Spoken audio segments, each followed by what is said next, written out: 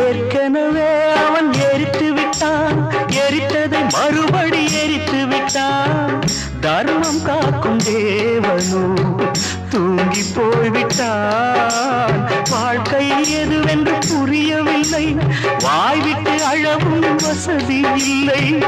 வெந்த புண்ணில் அல்லவோ வேலும் பாய்ந்தது, விதியால் வந்ததா இல்லை சதியால் வந்ததே தொல்லை. விதியால் வந்ததா இல்லை சதியால் வந்ததே தொல்லை. வானத்தை பார்த்தேன், பூமியை பார்த்தேன், மனுஷனை இன்னும் பார்க்கலையே.